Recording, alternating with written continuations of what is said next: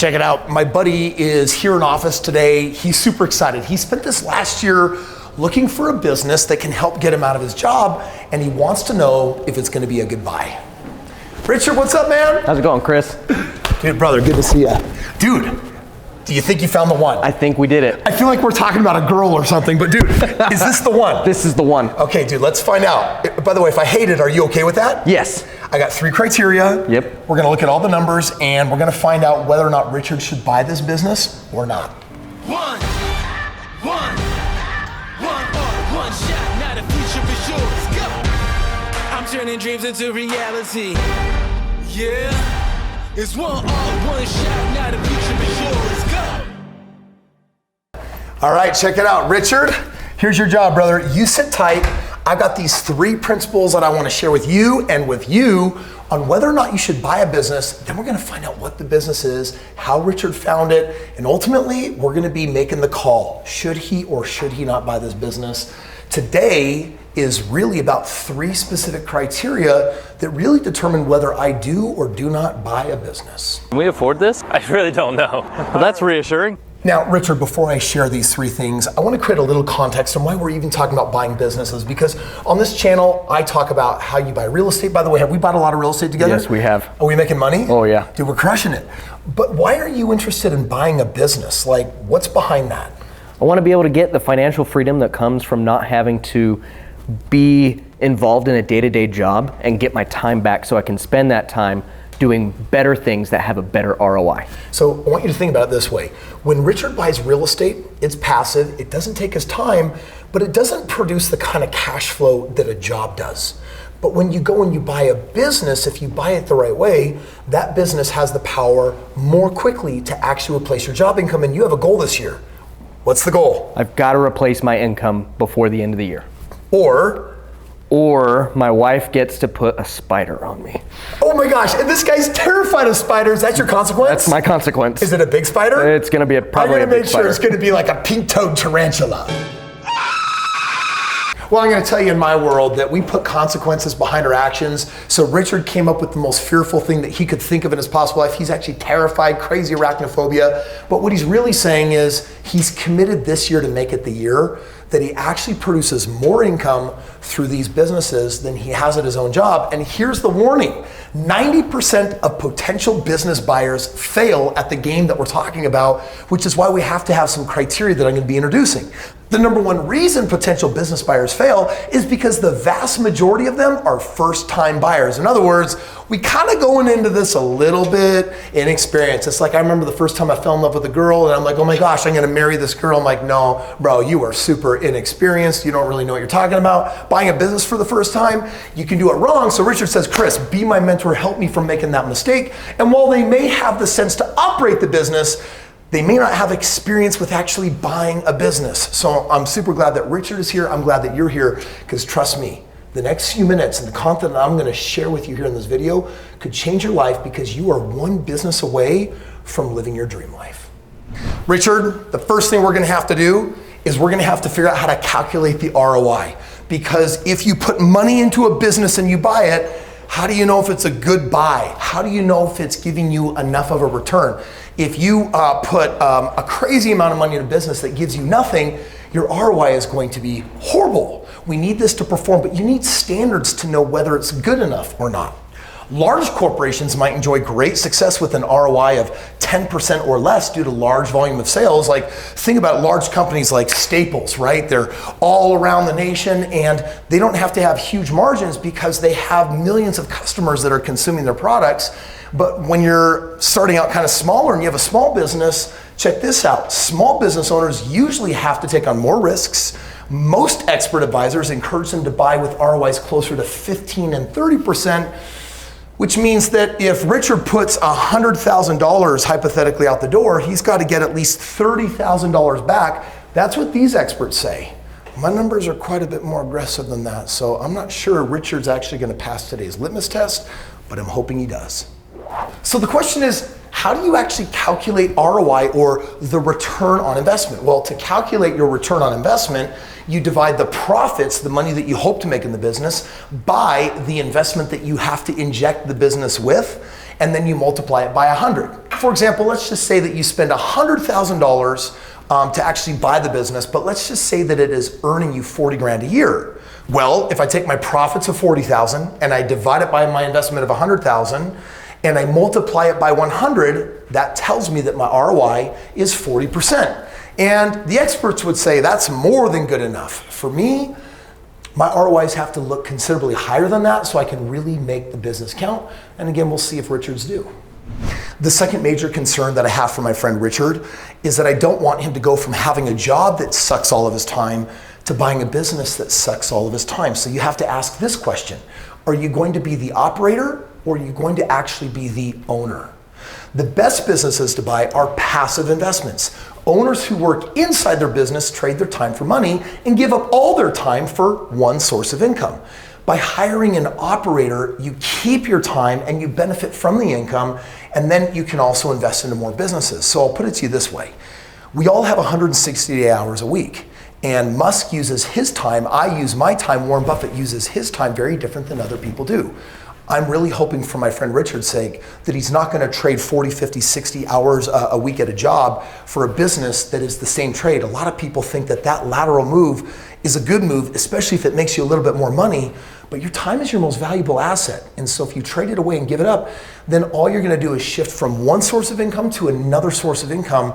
Remember, the average millionaire, according to the IRS, has this many sources of income, 7. And number 3, we're going to talk about how Richard's actually going to be buying the business. This is the part that is most interesting to me. How are you going to finance that thing? And right now, for today's video, I want to share with you 4 specific ways that that could be done. The first one is you might just say, I got cash, right? I'm going to pull it out of a 401k or equity in a home. I got the cash. I'm going to put the cash to work. Number 2, you could do seller financing. This is where you actually go to the person that owns the business and say, hey, can I pay for the business over time? And if they say yes, guess what you get to do with the profits from day one? You just give it back to the owner until the thing's paid off, and they kind of finance the business for you. The third option is you could find a partner. You could say, hey, I'm actually going to make sure this thing gets up and going. Will you actually be the financier? Will you be the partner that puts up the capital? And you might have to give away some of the profits, but then again, you don't have to come up with any of the money. And then of course, the fourth option is you could just go and finance it, right? There's SBA loans, there's conventional business lending. You could even finance it with cash value life insurance or maybe a home equity line of credit. In other words, there's ways of borrowing money out there at some kind of interest rate, and then all of a sudden you've got the money that you need to buy the business. So in a moment, I'm gonna bring Richard back up here. We're gonna go through all 3 of these, but I'm kind of curious, who's actually putting in the dough? All right, before I pull Richard up, let's talk about the win that he should be looking for. Number 1, he should be looking for a business with a really high ROI. The money that gets put in, we want it to produce so much ROI that it makes sense for him to buy. Number 2, I hope that he gets to actually walk out of this being the owner instead of the operator, because frankly, he's got a really good paying job, and we'll have to see how much money the business makes, but I don't want him trading time in one gig for time in another. The third thing that would really make this a win is whether or not he's putting up his money, the bank's money, someone else's money. If he can preserve his own capital, the beautiful thing is he can go out and he can do it again. Think about that. Someone else is running the business. He doesn't have to use any of his own money. It's a high ROI. How many times can Richard do that? Well, I'm telling you right now, if you can do it once, why not 10 times? Why not 100? That's why I own hundreds of businesses. All right, man. Was that helpful? That was super helpful. Okay, so these are the 3 things that I want to talk about. I want to do it right over here on the whiteboard. And in basically the next 3 minutes, I'm going to determine for myself whether I would be interested in buying this. And if I wouldn't if I were you. Mm-hmm. So literally, we're about to take it out to pasture and shoot it in the head, or you're going to sign on the dotted line. Let's do it. You ready? Come on over. All right, let's take a look at this. These are the 3 things that we're going to be looking at. ROI, and then owner versus operator, and we're gonna be looking at financing. Let's see if we can check all 3 major boxes. Let's do it. ROI, let me ask this question. This business, I understand you're under NDA, that means he can't disclose details, but what kind of industry is this business in? It's a salon. Okay, so we're talking about a salon business, and this business, what does it cost for you to buy it? They're asking $100,000 for it. Okay, so first thing I do is calculate my ROI. So here's the $100,000 that the bank or somebody has to put up to be able to buy it. And the next question that I have is, how much profit is it actually making? Let's start with gross revenue. Okay. Each year it's producing how much gross? $300,000. That means $300,000 is the gross revenue, the total money coming into this business every year. So this is a relatively small business. Of the $300,000 that's collected after providing the salon services and paying all of the people to do their work, how much money is left over? $100,000. 100 grand? 100 grand. Oh, okay, I already cheated. I know the ROI. So check it out. If I have $100,000 of profit, I'm gonna show you how to do this. And if I divide it by my investment going in, it equals 1. Then I gotta multiply that by 100. And that means, brother, you in buying this business could be earning 100% annual ROI. And I gotta tell you something, when I buy real estate, I make 35% a year on my money. And the cash on cash, like the cash it gives me, is like 4, 5, 6, 7%. Not 100%. So there's a lot of money for the little bit you have to put up. There's a lot that this actually spins off. So let me ask you this question. Is this business optimized? Is it as efficient as it's ever gonna be? No way, no. Why not? They're doing little to no marketing at all right now. Oh, really? Yeah. So like this next year, if you take this over, what's your hope? What do you think is maybe possible with profits? The goal is to double the profits. All right, well, let's just see what would happen to ROI. If instead of 100,000, I put $100,000 in, I have 200,000 of profits, 100,000 to do that. 200,000 divided by 100,000 is 2, times that by 100. That's now earning 200%, and that's cash that goes into your bank account. That's not growth, that's actually making and keeping money. So I have to say for number one, ROI, dude, this totally checks the box. It's a cute small business, but if you have 10 of them, then you got $1 million or $2 million or $3 million coming in a year in your personal life. And my experience is that small acquisitions turn into big acquisitions. For someone that has a full-time job, this is the perfect kind of business, depending on the answer to the next question.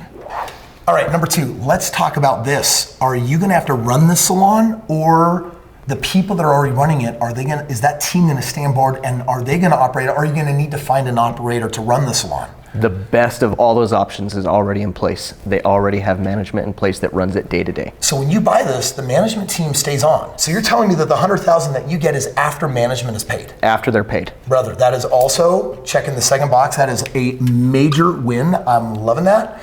Now we just got one more thing to figure out. Let's talk about the game of financing. So what's your current plan on financing? Are you guys getting a loan? Or are you just ponying up cash? The current plan is to get a loan. Okay, and how much are you gonna have to put as a down payment? 20%, which is only $20,000. Oh, this changes the ROI. So the bank's putting up $80,000 as long as you put up 20. So check this out. If instead you're not putting in 100,000, you're putting in 20,000, then guess what happens when you take, let's just assume that you can grow this thing to 200,000 and you divide that by 20,000, what you put in, that's now 10. Multiply that by 100, your ROI is now 1,000%. You got financing locked down. Brother, this is a freaking home run across the board. I am so freaking excited for you. Thank you, I'm stoked. It took a while to find it, but we got it. Well, and by the way, if you've done one, guess what comes next? The next one, and then the next one, and then the next one. All right, now by the way, this doesn't fully replace your income, but it helps. It helps. And you gotta buy a couple more by the end of the year, unless you want a big fat spider crawling on your face. No, thank you. Not going down? Not gonna happen. Guys, I gotta help Richard buy a couple more of these, but do me a favor, give him a round of applause, dude, buddy. I am so pumped for you. This is awesome and good news for Richard. Check it out. Richard is my friend, but more than that, he's been in one of my mastermind groups, Financial Genius, and it all started by him reading this book, Have It All. It teaches 5 things every person should do to become a self-made millionaire in less than 5 years. If you want to be financially free and if you want to do what Richard's doing, it's all in this book. And today the book is free 99, which means it doesn't cost you anything. The book itself, I'm just shipping it to you. I am going to have you cover the shipping costs, so do this. Click the link below, grab a copy. I'm going to send this to you. It'll share 5 investments you should be making. Richard and I today talked about one of them, and if you want to do what Richard is doing, it's all right here. Richard, man, super awesome to have you here today. Thanks for coming in. Thank you for having me. Are you glad you did? Yeah, Are you totally. pumped? I'm so excited. Excited to do this one? Yes. We've seen other businesses, but I know that, brother, out of everything you shared with me, this is the one. So good job staying in the game. Continue looking. It's time for you to stay in the game. And you know what? This is just one of 7 favorite streams of income that I have. And if you want to know what my other 6 are, watch this video and let me show you what the wealthy do to create wealth in the first place. Was that helpful? That was super Gotta try helpful. that one more time because that was the lamest guy clap.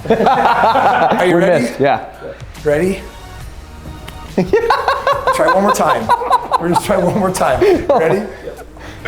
All right, man.